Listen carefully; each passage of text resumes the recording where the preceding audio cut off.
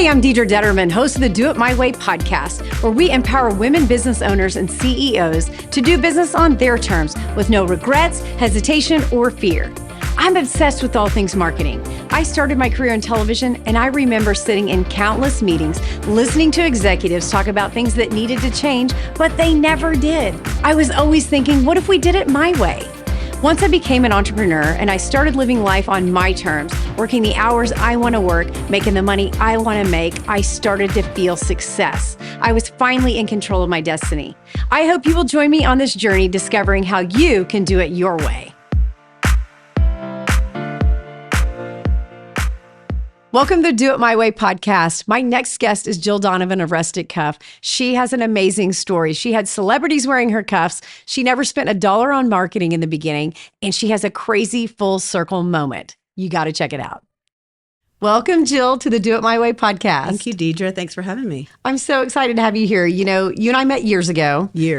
Rustic Cuff was taking off at that point, and we were both mentors on Thrive 15. Yep. And I remember coming to your office and just thinking you were so fun and so cool, and your staff loved you. It was such a vibe. Well, they were getting paid, you know. Yeah, it's true. But you can't. I work with a lot of clients, and you can tell immediately when you walk in. Yeah. If there's a vibe. Yeah. You know, do people like being here? Do they like working for you? And you definitely had that where everybody just, they were happy. They were having a good time. And I wasn't there for when we were just coming to check out, you know, what you guys were doing and all that. So anyway. That feels like a lifetime ago. That was a lifetime ago. Yeah. Actually, I wonder how many years ago that was. Yeah, it felt more than a decade. we don't need to talk about the years because then the age comes into factor. Right. So we'll just leave it at that. Okay. So you're known for being passionate and purposeful. Yeah. Those are two things that I hear about you all the time. What does that mean to you when you hear that? Oh, it means that I throw myself into what I'm doing fully and for a reason. I'm all about doing things randomly, but when I am in, I am all in, obsessively in. Mm-hmm. And I think it's hard to do things for me on the side. I have to give it my all. So when I hear the word passion, I think, there was this, I went, when I was in Italy, and somebody was talking about when Michelangelo was doing David. Have you heard this? Yeah, no. And they said it took years, I think, but how did you do it? Now this might not be true, but this is the story I heard. And he said, it was simple. Because he had that big it's gorgeous. And the big block that they gave him, and I should know what the stone was. Everybody who's watching this is yelling it. It's marble or whatever it is.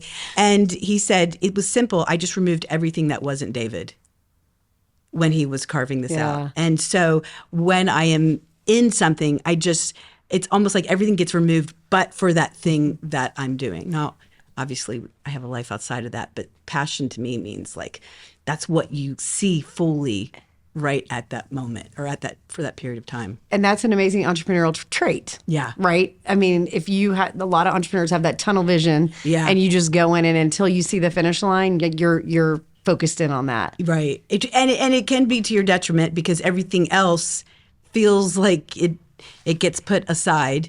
And a lot of the other things that need your time and attention, when you have that tunnel vision, you're like, I need to see this through. So it's finding a balance. Okay. So have you done the Enneagram? I have. Do you remember what you are? I am. Do you want to guess what I am? A 3 achiever? No. Because you're creative. I'm a 7. Oh, yeah. Okay, I can see that. I'm a 7. No, I'm not. That's all I know. I know that that nobody else in my family is a 7. Yeah. You're the fun one. I'm the You fun bring fun one. to the party. Yes. Everybody wants a 7 around there. And I'm not very melancholy. Yeah. I will bounce back fast. Yeah. So all those other numbers, I should know. I really should get into the Enneagram because it would help me understand people a lot better that I'm surrounded by. But I know that I'm not super detailed. I just want to enjoy whatever it is that I'm passionate about. Which is what are you? Great. A 3. A 3. And the reason I said 3's achiever, the reason I said my detriment and my, what's great about me is I can have that tunnel vision, but it can be a detriment. So a 3 is they're goal oriented. You're going to get that goal no matter what. Right. So you might be ignoring this person over here, over here, over here because I'm going for it. Yeah. And it can be great for success, for business, but in personal relationships, that's not so great. I know. But I'm not really a type A person. Yeah. I know everybody would think if you're doing this kind of thing, you have to be type A. And I am much more type B, laid back, than I am type A. I can see that. Yeah. But the thing I don't understand after looking through all your stuff, okay, you go to law school. Right. Become an attorney, become a law professor, and then you start making jewelry. I know. Like, those are different sides of the brain. Yeah. So walk me through that. Okay. I loved school. I loved high school. I loved undergrad. So I think it was 7 years after undergrad, or 8 years after I graduated, I thought, I missed that part. Not that I wanted to become an attorney. I just missed the school part. And I thought, why not spend another $60,000, $100,000 to go to school? And so I loved the 3 years that I was in law school. Didn't really have this burning desire to become an attorney. The only reason that I wanted to become an attorney was because I was so excited to have this one-word profession, right? Up to that point, I was a support representative for the regional Southeast. And I'm like, what am I even doing? Who am I? So you went to law school later? I went to law school when I was 29. Okay. Yep. So what did you right after college? What, say that one more time? Like right after college, what was your job? Right after college, I worked for MetLife for 4 years. Okay. And then American Airlines for 7, working my way through law school. Okay. And so, but it's so weird when I think back to my when I was in my 20s, I didn't know what I wanted to do. No, I didn't either, really. It took me a while. I didn't even know that I should have a thing. I just was sort of just going through life. That's a weird thing. I feel like I've lived 5 different lives, because 20s, I was just like, well, whatever. And now when I look back, I'm like, oh, you could have just been doing something different. But I don't think that anything is wasted. Well, you're an academic, right? You're good at school. You're smart. You're an academic. Or you I got have to into work. law school. No, it doesn't matter. I bought a book called 8 Weeks Till the LSAT. And every single day I studied for the LSAT. That's all that I did. So I got into law school because I studied really hard, but not because I'm not smart. Well, you have great discipline then. Discipline, but I'm not book smart. I wouldn't have done either one of those. No, you wouldn't have studied for that many days, definitely, and would not even have tried to apply. But so, I mean, the fact that you got through law school, did that. So when you were an attorney, were there any moments where you were like, I don't want to do this? Oh, yeah. Let me tell you, the best part about being an attorney was having my own office. Otherwise, I had cubicles for a decade. Okay, this is so shallow. No, I'm it's just saying, true. I was so excited. I had this red chair that my husband got me, and I had these red paintings, and I loved coming into my office. What I hated was doing any work for as an attorney. I was a divorce attorney. I was a family law attorney. So it was hard. Yeah. It was details, and it was people, it were clients that were bringing me all of their finances that I had to go through. And I thought, I don't want to do this. Right. I just want to go to school or do something that I'm passionate about. So as soon as I got pregnant, I took a leave of absence. Yeah. And I've never gone back. Yeah.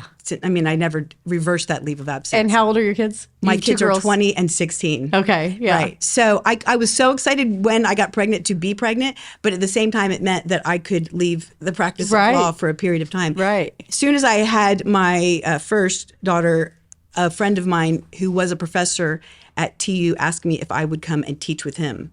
And I thought, oh, I get to be a professor. Yes, that's even better in my mind than an attorney, because I don't have to go through people's finances. Exactly. And so it was 8 years of that, and I loved it. I can see you doing that. Totally underqualified in my mind, but I really, really enjoyed that period of time. So I think when I look back, nowadays people are like, I want to do this. I know I'm going to do this. Right. And I just felt like, I think I was floating a little bit. Yeah. Until bracelets happened, then it just, and that was 41. Yeah. And then it just, that's when all the worlds collided, and it just was like, yeah, this is what I'm called to do. That's so great. Yeah. Okay, so is there anything that you use today in business that helped you from being an attorney? Yeah. I mean, I don't know if you get sued with bracelets, but recently, it's funny. Somebody asked me that, and when you go into a boardroom, okay, I remember in the beginning, we sold at Dillard's. I don't even know if Dillard's is still around. Yeah, they are. Okay. We sold at Dillard's, and I remember going into the boardroom with all of the buyers and the people. And when they know that you are an attorney or were a law school professor, it's weird. You just get a little bit more respect. Or maybe just in my mind, I felt that way. Definitely. You feel different walking into that room. So I'm like, well, that's an expensive... that's a big price for a feeling to walk into a room to feel a little bit more respected. It's credible. Yeah. Credibility. I still get people that say, I know you're an attorney. I have questions for you. And in my mind, I'm like, you picked the wrong person.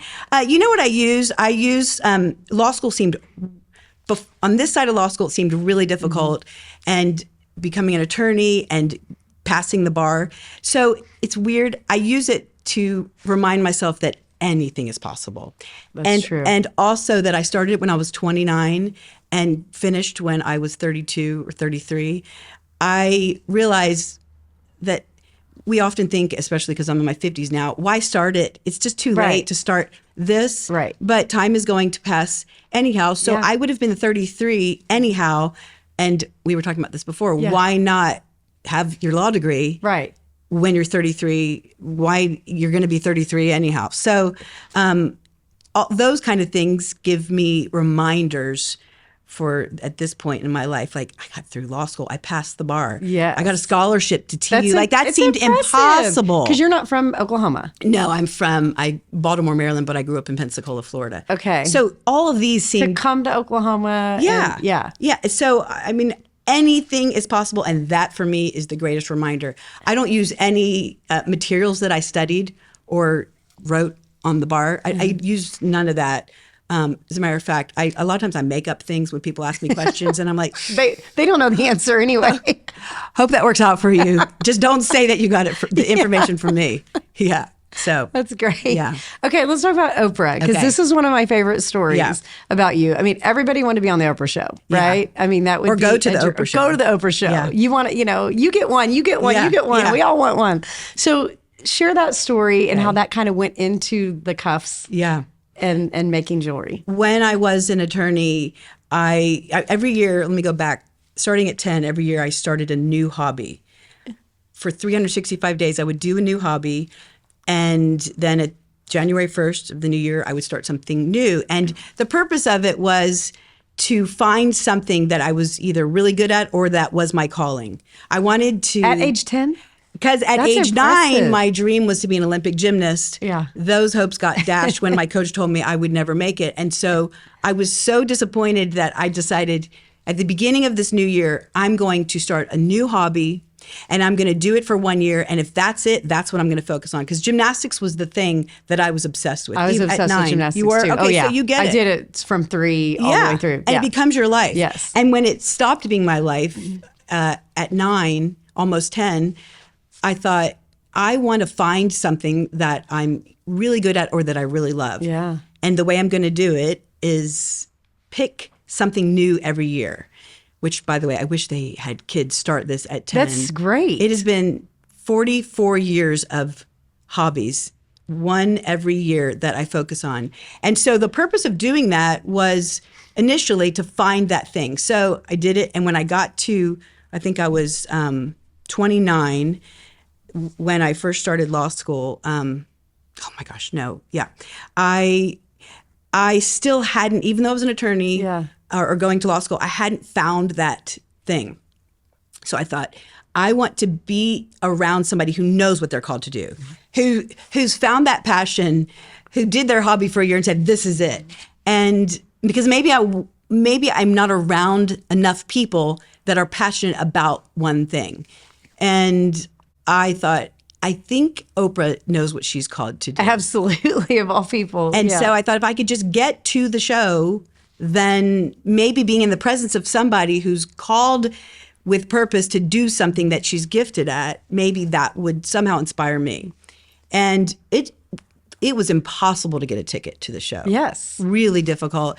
And I just remember trying every day. It's back when they had busy signals. Remember that? Oh, yeah.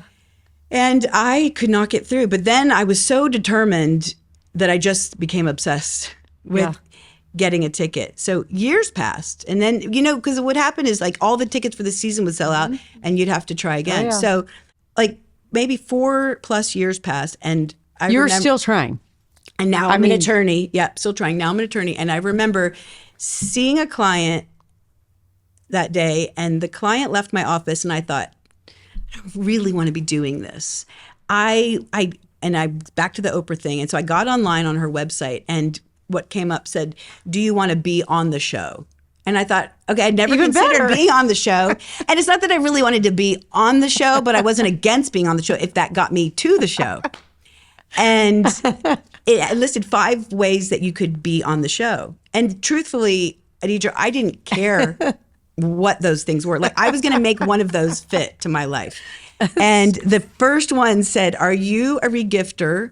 If so, tell us your stories and send us an email. And I thought, I grew up in a home where my mom was just queen regifter. She had a regifting closet. We could never go buy gifts for our friends. We had to go to my mom's regift closet. Yeah. And I despised this regifting closet because it was never the right gifts for my friends.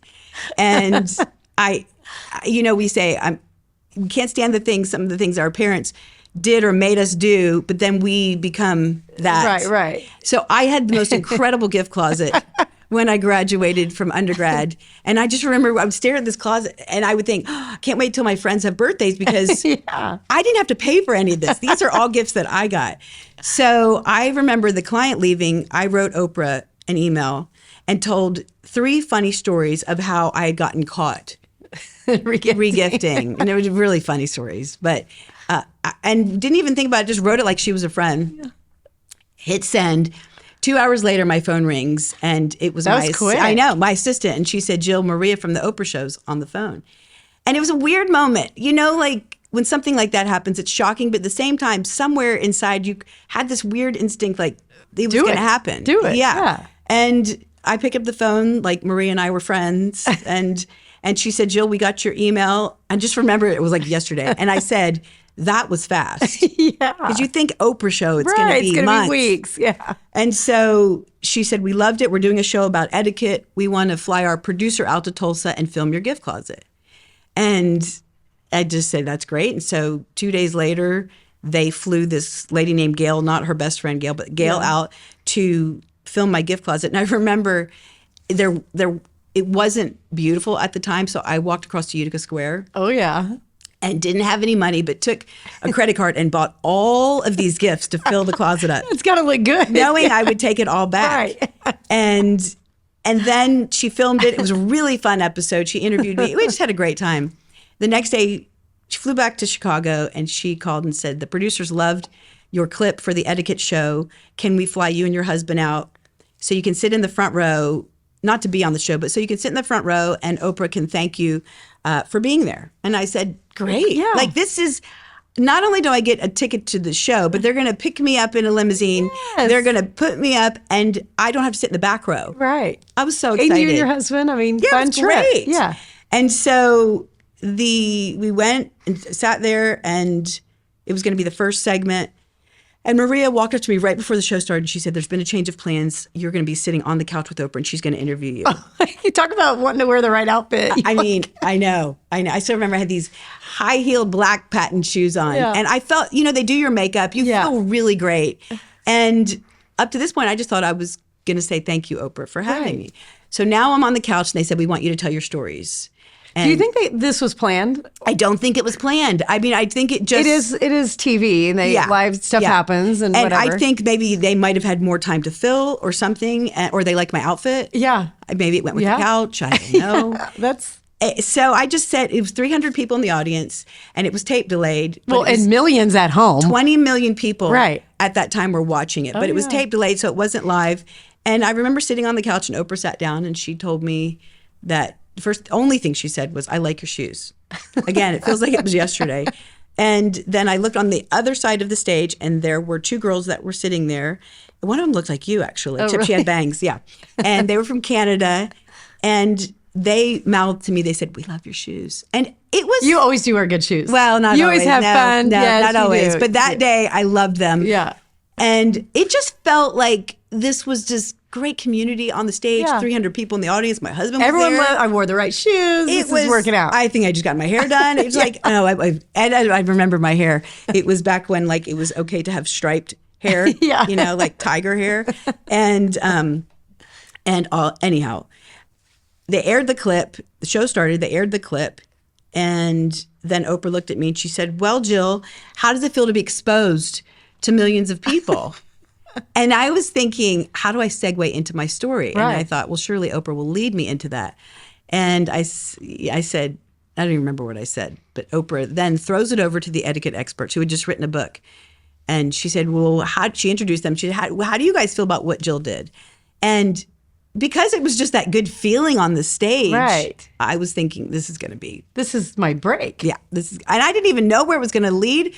I just knew that I was in the presence of somebody who loved what she did and was passionate about it. And so from that moment, after she asked them on, it went downhill. They said, Oprah, we think that Jill, what she's doing is wrong and it's rude and it's tacky and she needs to take everything in that closet and send it to Goodwill. And I was thinking, I have to take that back to you to go square. Because I don't want the thousands on my credit card. I don't want the money on that credit card.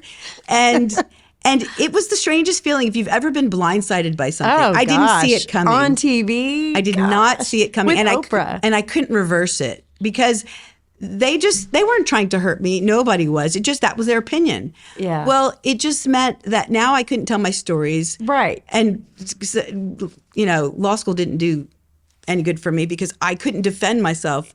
I mean, all those years of learning how to have a good defense, I just failed. And I just remember sitting there thinking, okay, Jill, hold it together because if you blink your eyes, you're going to cry. Right. And hold it together, get through this segment. And it, kind of seemed lighthearted for everybody else but me. Yeah.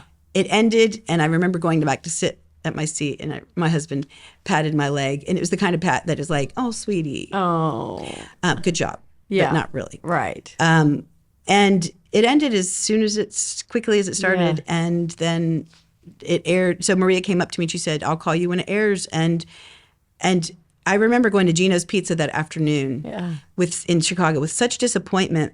Not that I was embarrassed. I can handle being embarrassed. It's that it turned out completely different than I had the expectation for. Had I had no expectations at all, okay, I had expectations that it was going to be really fun and just enlightening in some way, and my hope was dashed. And I said to my husband at Gino's Pizza, I just remember sitting there in tears, and I said, it was a moment of clarity. I don't know why would God have allowed this to happen when I really was going to be fine sitting on the back seat watching the show. Why did it have to happen that I sat on the stage with Oprah only to be like sucker punched? And I'm not by Oprah. It's just how it happened. And then I said, I don't know why that happened, but I have a strong feeling right here, right now, that there is going to be some big purpose that comes from that but for that happening, the purpose for my life wouldn't unfold the way it was supposed to. And I went home, went back to a cloud. That was my moment of clarity. Yeah. Went back to this cloud and a fog. I took everything in that closet after I took the stuff back, put it in a black trash bag and gave it to Terry and said, I don't want to see this stuff anymore. Do whatever you want with it. I don't want to open this closet. I don't want any reminder of what it could have been. And not that I thought I was going to be Oprah's co-host. I just thought it could have been a really fun, cool moment. And then it aired 3 weeks later to 20 million people. And I remember going out to Cafe Olé that night, and a lady came up to me and she said, "You look so familiar." And I was like, "Oh, she looks like an Oprah watcher." Yeah. I'm not telling her. Yeah. And then I said, "Oh, I'm Susie Orman." From the financial guru. And because people told me I look like her. So I started giving out financial advice to all of these people. I didn't want them to know I was on Oprah because I was so embarrassed. So it aired 3 times that year, 20 million people every time. And I just sort of shut down. I shut down from the creativity and the yearning to find that thing. Because if looking for that thing led me to being on a stage in front of 20 million people, then I'm like, I'm fine. I'm done. Yeah, I'm done. So I had 2 little girls at that point, and then just began to spend my time. I didn't go back to being a professor. I didn't want to. And so it's not that I lived with bitterness. I just was like, nah, you live with this disappointment. I mean, especially because obviously the producer didn't know this was years and years and years trying to get on the show. Not get on the show, just be at the show. To be around it. Yeah. You know, she was a mentor from afar and you wanted to be, I mean, I feel like if Oprah, has she ever heard the story? So the funny thing is, this is the crazy part. So what happened is this is how Oprah's heard the story, I think.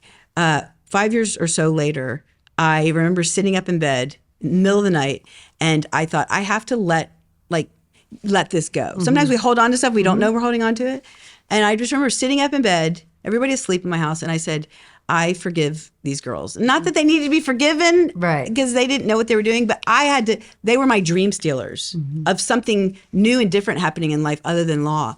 And I just said, I let it go. I forgive them. And the minute I did it, Deidre, it was very strange.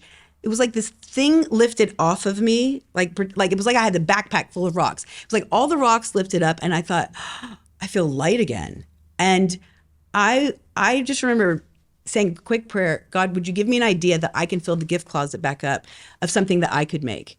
And working for American Airlines and traveling, I collected cuff bracelets in all the countries or cities or states. That was my shot glass or postcard. Right. And I remember opening this drawer. I got up, middle of the night, and I saw all these cuffs I collected. And then it was like, because these rocks had come out of my backpack, ideas now were able to fill it up. And I got an idea.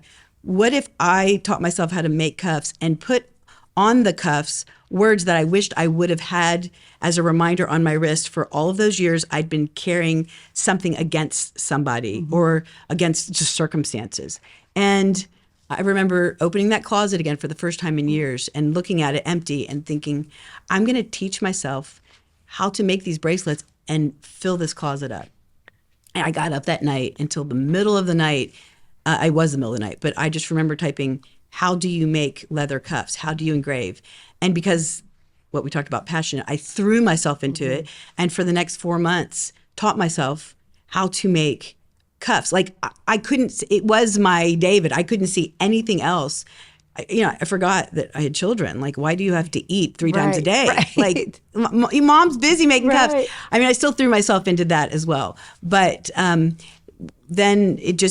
I began to fill this closet up, and I just remember looking at it thinking, what a beautiful thing, even though they weren't perfect in any way, that because I let go of something, that now those ideas had been there waiting all along. It's just there was no space for the idea, no space. And I remember opening the closet, and the cuffs were so full, and I had the strong feeling that I was supposed to put some on my wrist and go give them away. Now, when you create in the middle of the night, every night for months and months, you don't want to just hand them out. You need to make some money. Yeah, and I wasn't thinking. I just was like, I don't know, just give them away. Like every one of them had so much love and time into it. But when you feel like you're supposed to do something, it nags at you, and this kept nagging at me to do it. And so I remember going into the closet and putting 3 of them on, and going to the grocery store and just thinking, okay, I'm going to give these away because I can't rest until I do. And I walked in and I saw a cashier, and I just felt like she was the one. And even though it was really busy, I waited in her line. When I got up to the front, I took it off and I said, I feel like I'm supposed to give you this bracelet. And she started crying. I didn't look down. It was a snap bracelet, and I just handed it to her. She's crying, and I said, are you okay? Like, everybody's now watching me give her this and watching her cry, and it was a little bit awkward. And she said, well, I don't know who you are, and I've never seen you here before, but I just was diagnosed with breast cancer yesterday. Oh my goodness. And when I was in my doctor's office, I said a prayer that God would give me a sign of hope, that everything would be okay. Oh, wow. And then I looked down at the bracelet that she had, and it was this pink bracelet. And she just looked, I'll never forget, after all these years, and she looked at me and with tears in her eyes and said, I just want to thank you for being that hope. And it was that moment that I then knew it was my Gino's Pizza moment. Like, yeah. This is it. But for having that moment in the Oprah show, I wouldn't have emptied the gift closet. I wouldn't have learned these lessons, and I wouldn't have, I wouldn't have emptied this backpack to have a new idea come in. And I was called to give away hope every day for the last decade, for the last 14 years. It's been in the form of a bracelet. But it was a long journey to get to that point, a long journey. So 3 years after Rustic Cuff started, and I named it Rustic Cuff because they were all rustic at the time. You don't think, whatever you name things. Right. I say it's like naming your child flower moon rainbow in the 70s when you're high. and then later you're like, doesn't resonate. Should have named her Chloe. So I remember getting a letter 3 years after Rustic Cuff started, and it was from Oprah's team. And it was her March issue, I think 2016, 15 maybe. And it was a letter, and it said, "Dear Jill, congratulations. Rustic Cuff has been chosen to be on the wrist of Oprah on the cover for her March issue, and just wanted to send you a copy." And when I looked down at the bracelet that she was wearing, it was one that I had sent to her best friend, Gayle King, because I had this sort of grassroots marketing. Which is brilliant. Gayle used to wear it on the CBS morning show. And now I'm looking at Oprah wearing a cuff on the cover of her magazine. It was regifted. That was regifted from Gayle. And it was such a full circle moment that I could not have written, nor did they even really understand it or know. And so, anyhow. You're like, where did you get that, by the way? It was a crazy, it was almost like God was saying, hey, like I knew all along, and then that moment happened. This was the plan. And so it's been crazy nutty ever since then. That is the best story ever. Like, what a full circle. Yeah, full circle. And let's talk about regifting for a minute. Like, for real, it's actually smart. I think right? so. It's useful. It's not wasting stuff. No. People are going to give you stuff that you don't like. Yeah. Like, that's okay. Somebody else is going to like it. Yeah. I think it's actually brilliant. I love it. And I'm like, you have a closet for that? I need a closet for that. Need a closet. I just, they're stuffed in random places. I love to get monogram things or things with my name on it. So then I would befriend Jill. No, I would find Jill's. I have a couple of friends named Jill that I love. And so when somebody gives me something Jill, if I don't need... I mean, now my secret's out. I mean, to me, it's useful. It's smart.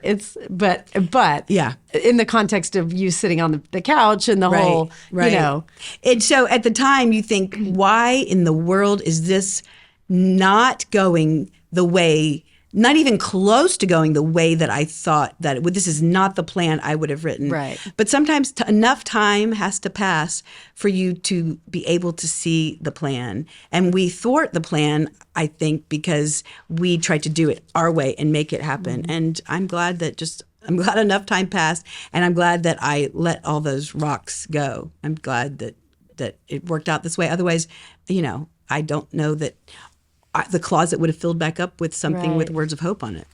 That's incredible. Yeah. That is maybe my favorite story I've heard. Really? I love that. Yeah. I mean, that's so great. Okay, I'm going to pivot to marketing for a minute because you said you sent a cuff to Gayle King. Yeah. Okay. I mean, when you're starting a business, marketing's expensive. Very. And to get it out, now we have social media and all of that. But back then, Facebook was just maybe starting, but it wasn't what it is today. No. And so what was your approach? How did you get, because you've had celebrities. Yeah. I know you've been on Good Morning America. How did all of this come to fruition? I went to Office Depot and I bought one of those whiteboards that had sticky on the back. And I put it up in our guest bedroom, this big white, you know what I'm talking about? And I wrote down on there, because I was up late every night, till like 4 o'clock every night, I would DVR shows during the day that I wanted to watch. So I felt like the people that I was watching while I was making the cuffs became my friends. And I wrote all the names of people or musicians that I liked. I remember there were about 20, 25 people. And I wanted to figure out how to get personalized cuffs to them. Mm-hmm.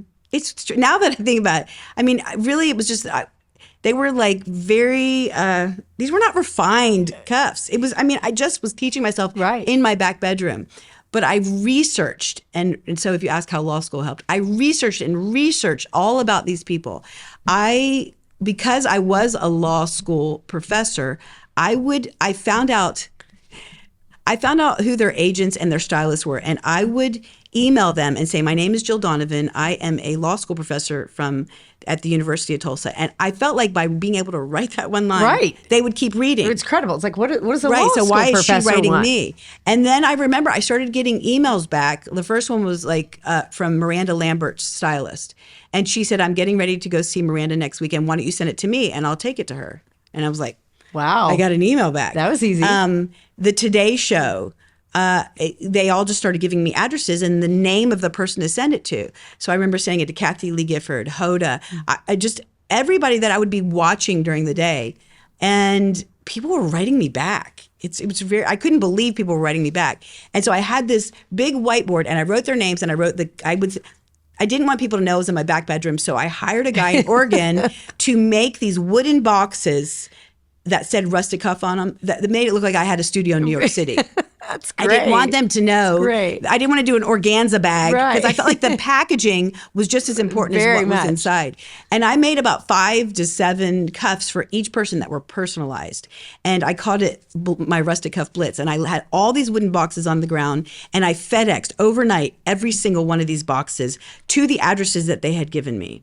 And then I sat back and waited. And a couple notable ones in the very beginning, I remember watching Kathy Lee Gifford wearing a Rustic Cuff. They don't call you and say, oh, she's going to wear it. And nor do I write them and say, will you wear this? Right. I just said, I wrote a letter to each one and said, and told them who I was and that I just wanted to send them something special.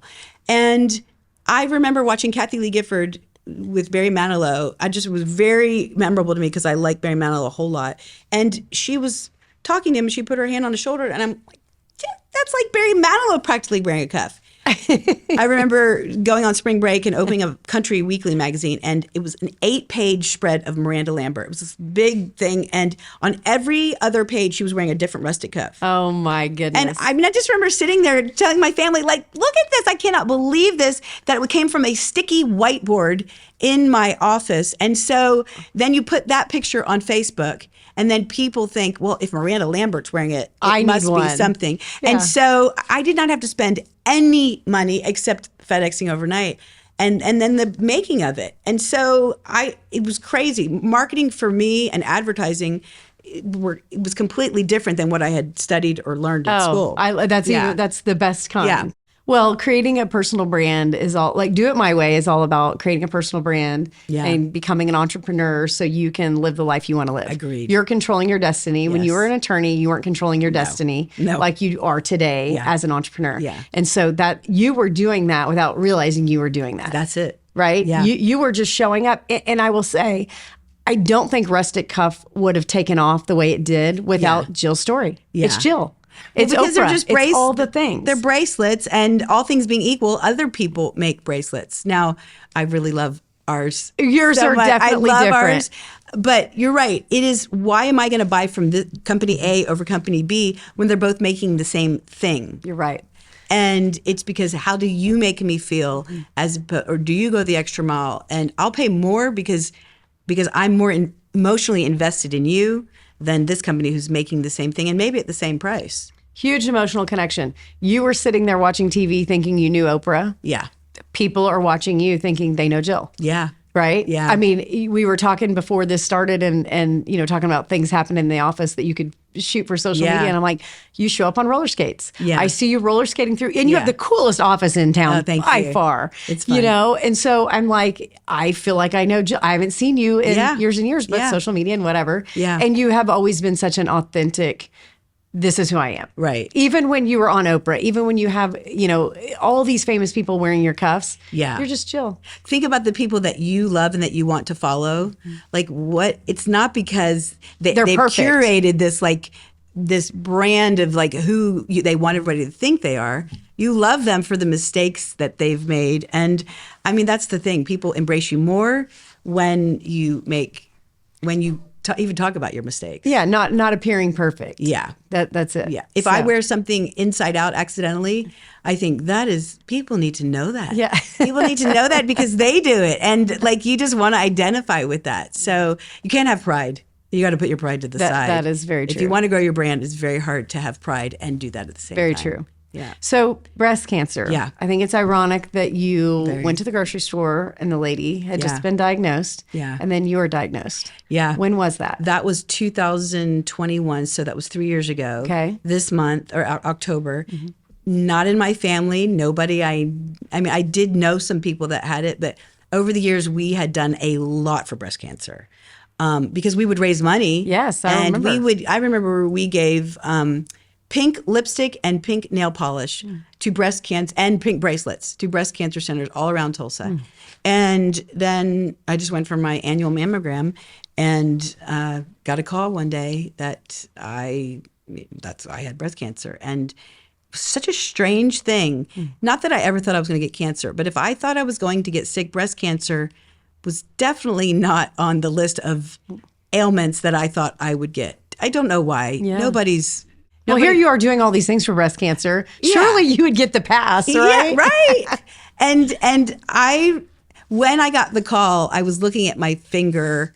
I had a splinter in my finger that I was trying to get out when I got this call. And I kept thinking of that splinter as the tumor.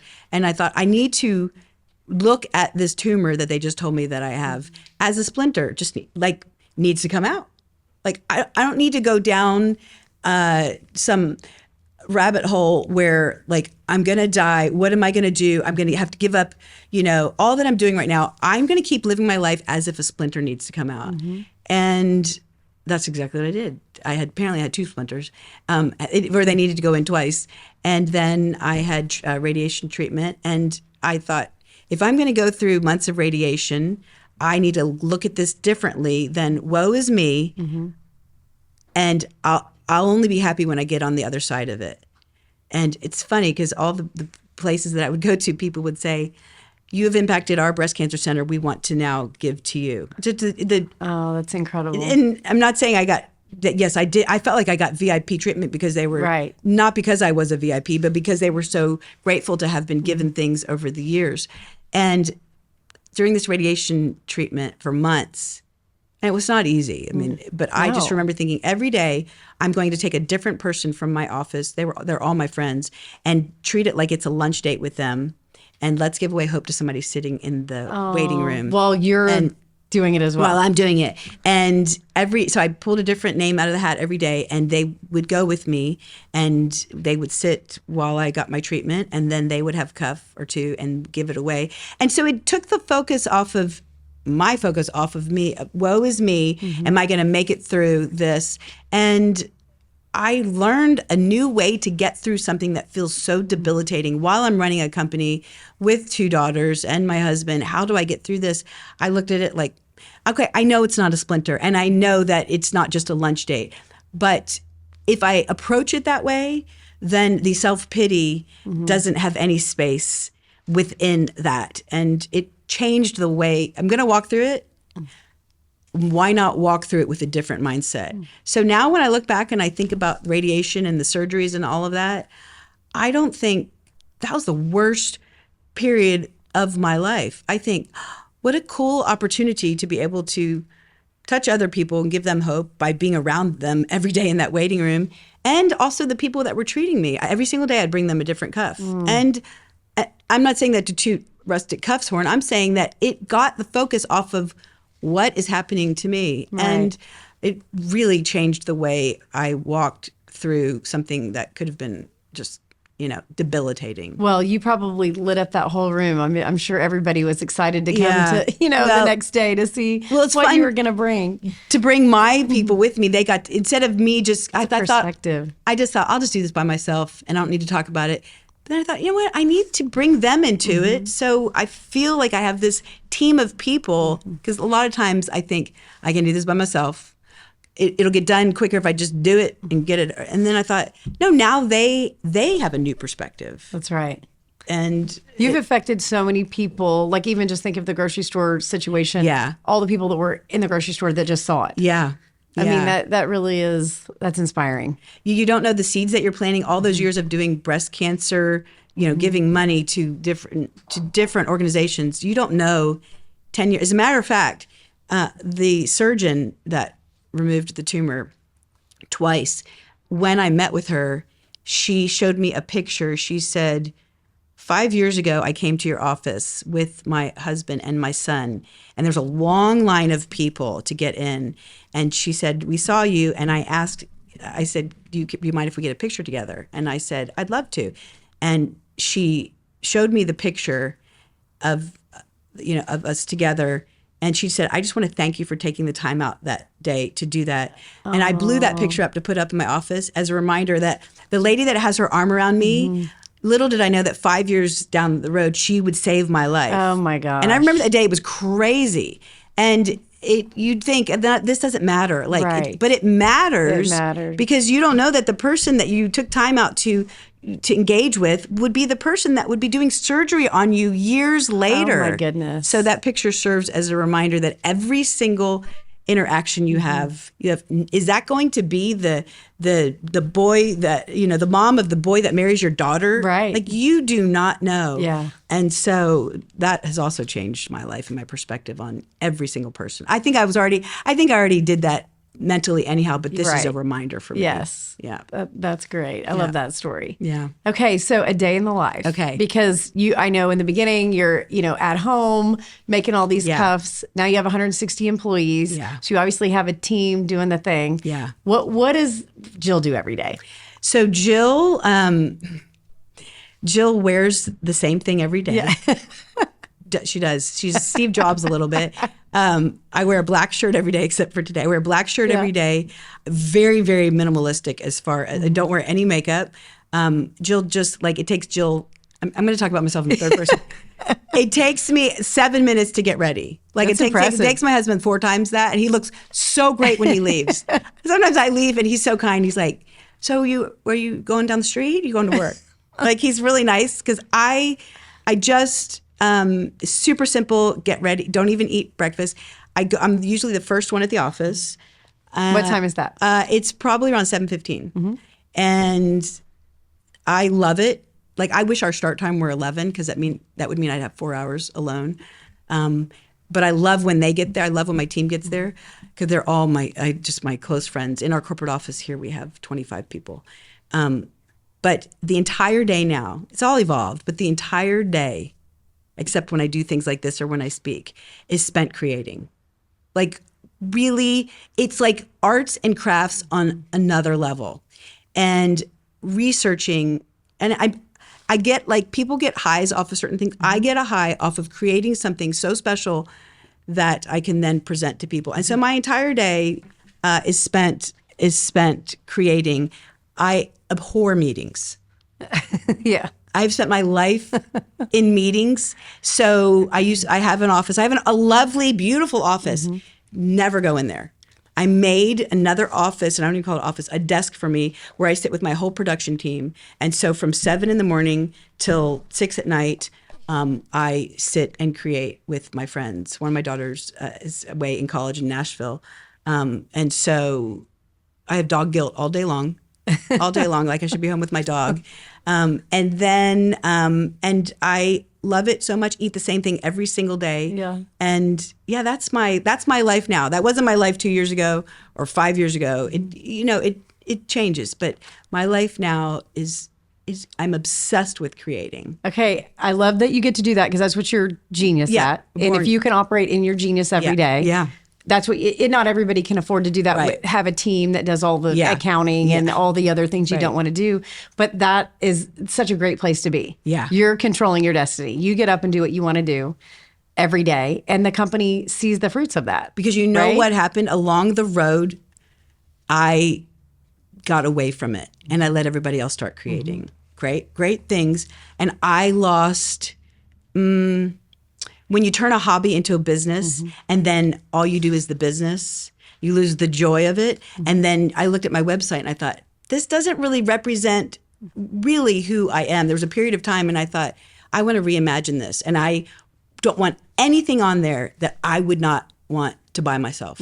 Nothing. So we removed a lot of things that people might have liked, but I wanted it to be truly authentic again. And that takes, it's like what is it, Marie Kondo's, pulling everything out of your closet. And I don't care if I only have 3 shirts in there. It will be fully authentic. And that's probably why it's why I've gone back 14 years, that I'm madly in love again with what I'm putting out, because I get to do it. So you learn this is not something I want to hand off, no matter how busy I am. Okay, so let's go back to wearing the same thing every day because you're creative. So I'm surprised creativity's wearing a black shirt and not wanting. What is the thought behind that? Why do you do that? I have a closet full. I love my closet. I have shoes are my thing. I have shoes that I'm obsessed with. I have clothes that I love. And there's a period of time where I was out more than I was in. So I was always dressed up. And even though I have all of that, I just don't care about it anymore. It brings no joy. I mean, I like the feeling of when I get dressed up. I think simplicity is a value now that I understand brings serenity. That's like that. I should put Write that down. Yeah. Put that on a cuff. Simplicity.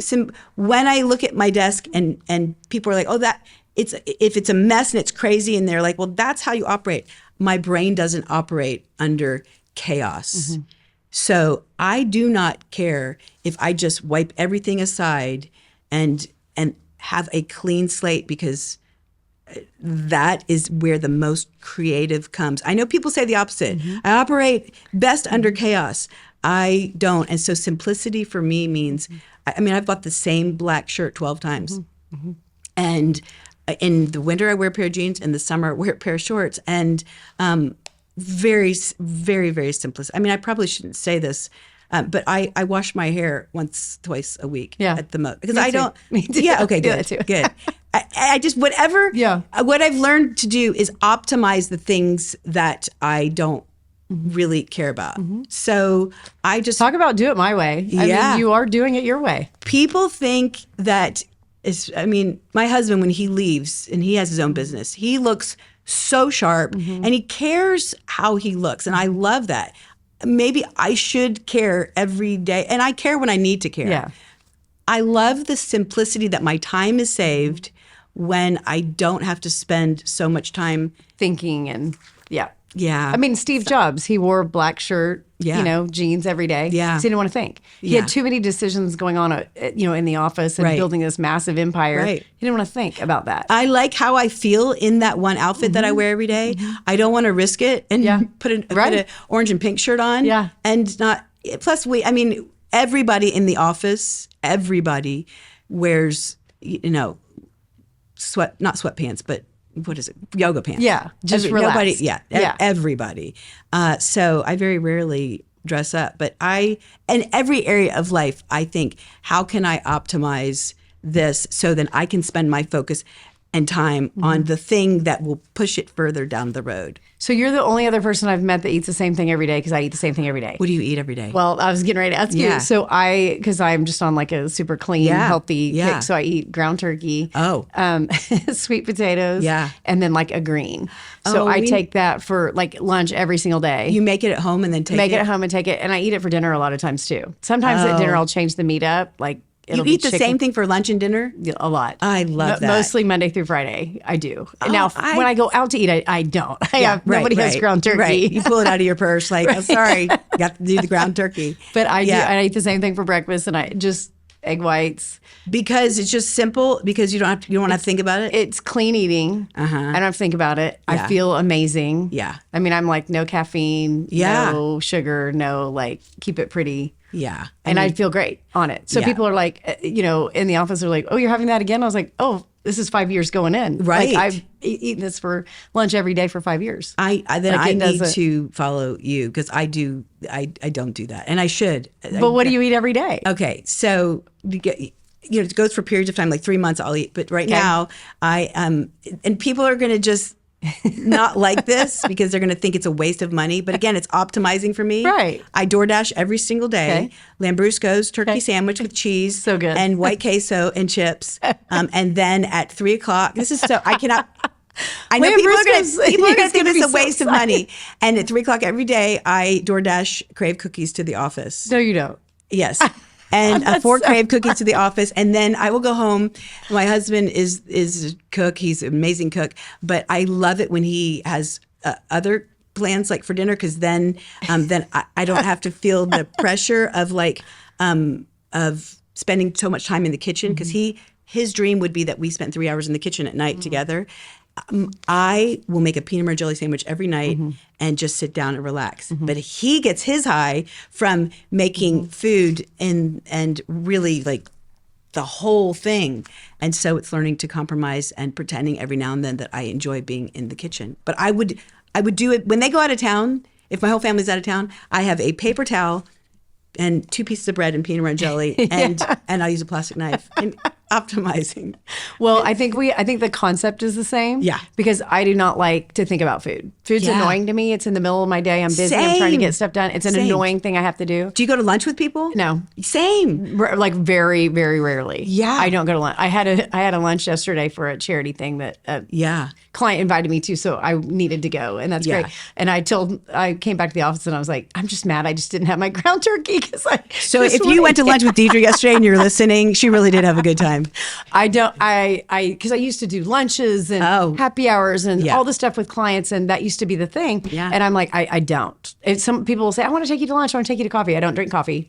And I'm like, no, I don't do that. Yeah. I just don't do that. It's not productive. How do you say no? It's tough. I usually just say I'm booked. Yeah. I'm just like, I'm booked. I can do, 11 for o'clock 3 months. Because Yeah, people will say, hey, Deidre, I want to take you to coffee and pick your brain. Yes. And well, I usually say I have a podcast.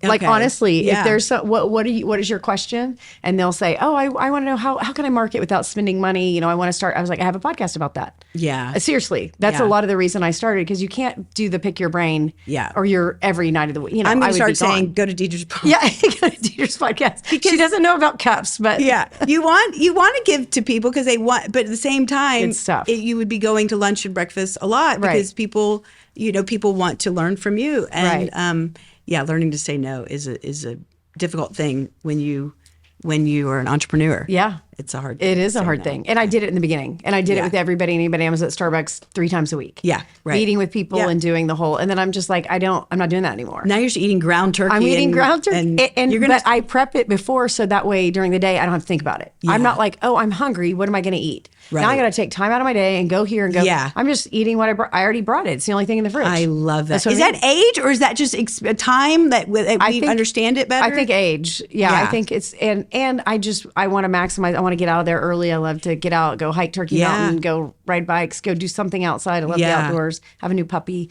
So I want to work and be efficient with my time and then be done. Yeah. I mean, it's more about that. But you can teach people, you can try to teach people that, but then when they really experience it, that's when they really get it. Because you can talk to your blue in the face, but I'm telling you, you're going to really appreciate it if you start saying no, if you start doing these things. And I see people who don't have control of their time. Yeah.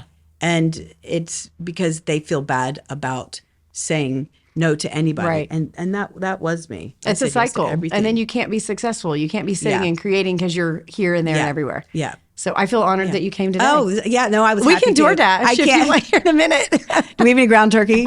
Yeah, I might. I need to start eating cleaner because crave cookies every day is just, that's not That good. sounds good. Yeah, that's why I'm wearing a jacket on the podcast. Well, I have loved every minute of this. Yeah. I could talk to you all day long. Honestly. We said we're going to pretend like we're having lunch. I know, and we in are. a white room. With no food. Crazy people. Yeah. I love it. So tell me, what's next for Jill? Because I know you're writing a book right now. Yep. And you have a book that you've already published. I published, or had published The Kindness Effect. That was 2019, I think.